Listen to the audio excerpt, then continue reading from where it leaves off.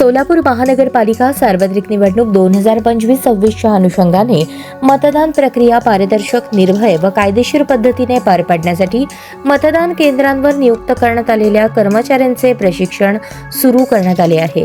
संबंधित सर्व कर्मचाऱ्यांना नियुक्ती आदेश वितरित करण्यात आले असून त्यानुसार प्रशिक्षण कार्यक्रमांचे आयोजन करण्यात आले आहे. दिनांक 29, 30 व 31 डिसेंबर 2025 तसेच 9, 10 व 11 जानेवारी 2026 रोजी हुतात्मा स्मृती मंदिर व छत्रपती शिवाजी महाराज सभागृह, रंगभवन येथे हे प्रशिक्षण घेण्यात येणार आहे. दररोज 2 सत्रांमध्ये सुमारे 2,500 कर्मचाऱ्यांना प्रशिक्षण देण्यात येत आहे.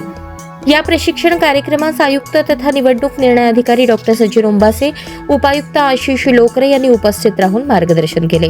मतदान प्रक्रिया पूर्णतः पारदर्शक, निर्भय व कायद्यानुसार राबवण्याचे निर्देश देत त्यांनी मतदान केंद्रांवरील जबाबदाऱ्या, शिस्तबद्ध कार्यपद्धती आणि आचारसंहितेचे काटेकोर पालन करण्यावर भर दिला. प्रशिक्षणामध्ये मतदान केंद्रावरील कर्तव्ये, मतदान ओळख प्रक्रिया, ईव्हीएम व व्हीव्हीपॅट यंत्रांची हाताळणी तसेच मतदानाच्या दिवशी घ्यावयाची दक्षता याबाबत सविस्तर माहिती देण्यात येत आहे. यासोबतच प्रत्यक्ष प्रात्यक्षिकाद्वारे कर्मचाऱ्यांना अनुभवात्मक प्रशिक्षणही देण्यात येत आहे.